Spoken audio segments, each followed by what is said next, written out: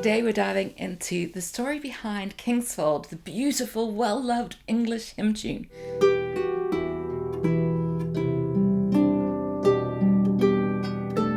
But it seems that it has its history in listening to the words of a murder ballad.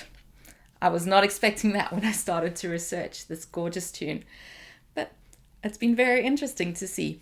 So the story goes that Ralph Vaughn Williams was in an English pub in 1904, in December of 1904, and he hears the tune that we now know as Kingsfold, or a variant of it back then, being sung with the words by a singer Booker, who sang the words for Maria Marten, the death of Maria Marten, which is a well-known murder that took place in the 1800s in England. This tune was heard in a pub in Kingsfold.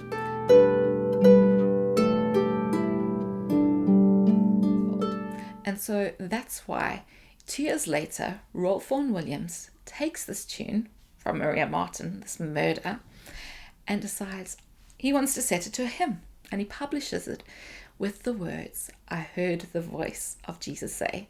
So this tune really, in its form, Kingsfold, was written specifically for those words, "I heard the voice of Jesus say." But the tune has its origins under lots of different names over many, many years. In fact, it's hard to trace how far back it goes, to the Middle Ages perhaps further back.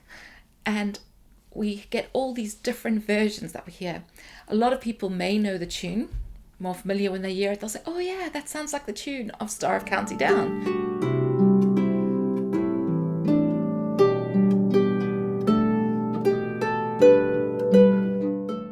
which has become quite a popular Irish ballad now.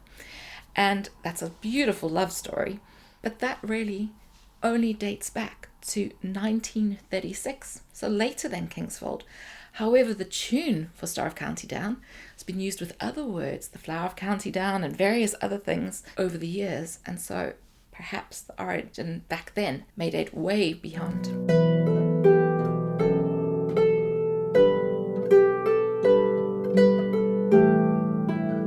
The tune was used in a tune called Lazarus and Dives, which we see has some history in the 1500s and 1600s. So there's lots of tunes here that seem to be variants of the same root tune that people felt so inspired, and kind of like Ralph Vaughn Williams said, "Oh, I think this will fit really well with this hymn." Maybe they matched it to poems or stories or true life dramas that were happening at the time. And it's so interesting how this kind of evolves. So, but was the time that Ralph Vaughn Williams discovered that in the pub really the first time that he heard this tune?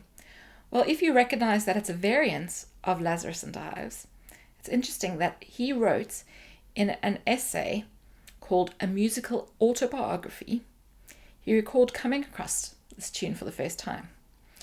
And this is what he says: "I must have first made contact with English folk songs when I was a boy, in the 80s, that's the 1880s, by the way, through Steiner and Bromley's Christmas carols, new and old. I remember clearly my reaction to the tune of the Cherry Tree Carol, which was more than simple admiration for a tune, though I did not then naturally realize the implications involved in that sense of intimacy. This sense came upon me more strongly in 1893, when I first discovered Dives and Lazarus." Remember, he discovered Kingsfold in 1904. Yeah, as before with Wagner, I had that sense of recognition. Here's something which I have known all my life, only I didn't know it. And I think in that last sentence, he kind of gives an explanation really of how we feel with some of these hymns tunes. It's as if we've always known them. Some of these traditional folk tunes and tunes through the ages, I've always known them, I just didn't know it.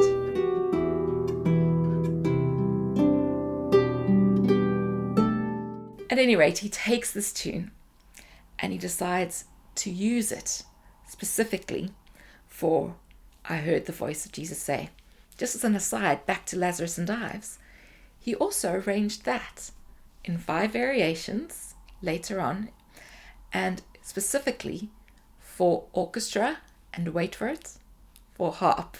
So it seems that as he heard this tune, he was also thinking it would work beautifully on a harp. And I like to think that because I've, of course, gone ahead and arranged this for harp.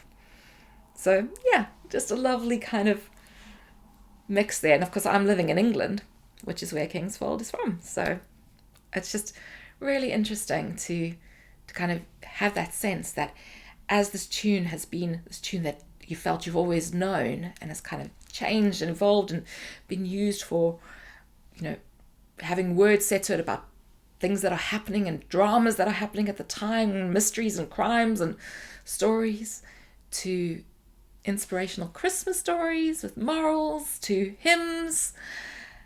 So as I'm writing my own arrangement now for harp, for Kingsfold, for the hymn, I'm kind of carrying on that oral tradition in some small way for this season. Perhaps people look back in the past and they'll see these arrangements and say, oh yes, that was being played on harp in England.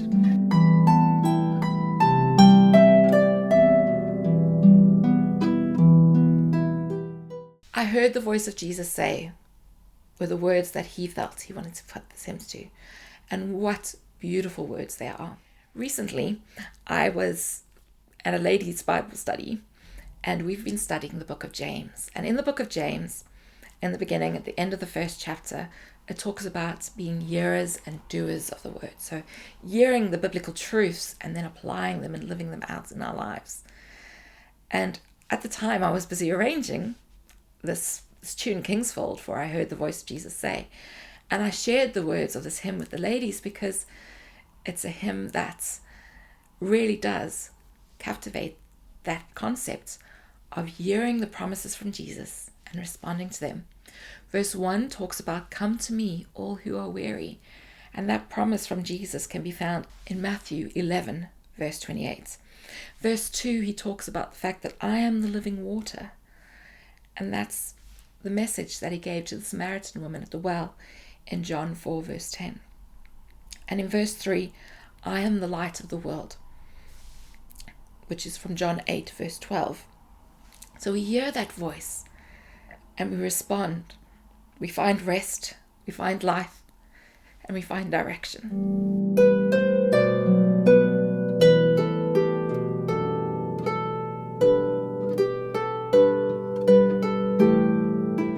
The tune itself has a beautiful sense of movement, the sense of responding, of going to Jesus, hearing his voice and going to him.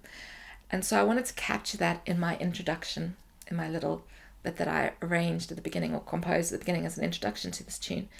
And so you can hear in this introduction that it has that sense of movement and flow and kind of responding, getting up and going.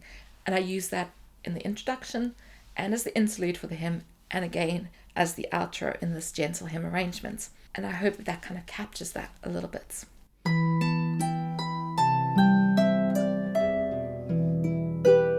Now it is a gentle hymn arrangement. I take my arrangements and I have 3 different categories for them. Gentle is a simple and accessible arrangement. So usually it'll be a little introduction, a verse that's repeated, and an outro. And that's how this has been arranged. And that means that you can use it in different settings. I've arranged it for large and small harp. And the large harp is quite warm, carries the full range of the harp. The small harp version moves up an octave, a little bit of variation on that, not much, but really just making sure it fits into that less space, with one less octave, and it allows you to kind of have that different voicing of that reaching and going up. So if you wanted to do 3 verses, you could potentially use the small harp version with the big harp version in order to have a variation on one of the verses. If I was playing this in church, I wouldn't necessarily play all the verses on the harp, especially if there's other instruments. I would play maybe the introduction with others, or I might just play one of the verses and be quiet or come in for part of it. And if I was doing this as a harp solo in church, where people were just listening and reflecting, I would adjust that to the time. But I think perhaps 2 verses is sufficient when you're doing this just as a little time during meditation or quiet reflection. And of course, for personal worship, You can loop, you can play it as much as you want to your heart's content. So I do hope that you enjoy listening to this arrangement. I have a recording on YouTube of me playing it or learning it. Of course, you can buy the sheet music for that. That's available in my web store, angelaborristonharp.com. And I'm so excited to share it with you all and to let you know this little bit more about this tune.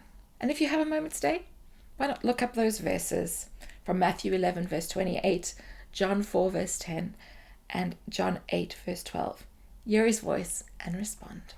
I'm going to end just by sharing the words of I Heard the Voice of Jesus Say, which of course Kingsfold was written for. So here are the words of I Heard the Voice of Jesus Say. I heard the voice of Jesus say, come unto me and rest. Lay down, O weary one, lay down, thy head upon my breast. I came to Jesus as I was, weary, worn, and sad. I found in him a resting place. He has made me glad. I heard the voice of Jesus say, behold, I freely give. The living water, thirsty one, stoop down and drink and live. I came to Jesus and I drank of that life-giving stream. My thirst was quenched, my soul revived, and now I live in him. I heard the voice of Jesus say, I am this dark world's light. Look unto me, your morn shall rise, and all your day be bright. I looked to Jesus and I found in him my star, my sun, and in that light of life I'll walk till traveling days are done. I hope you enjoyed this little hymn story, and thank you for listening, and hopefully I'll be back in the future with more hymn stories. Do let me know if you'd like to see more content like this in the comments, and I look forward to seeing you again in the next video.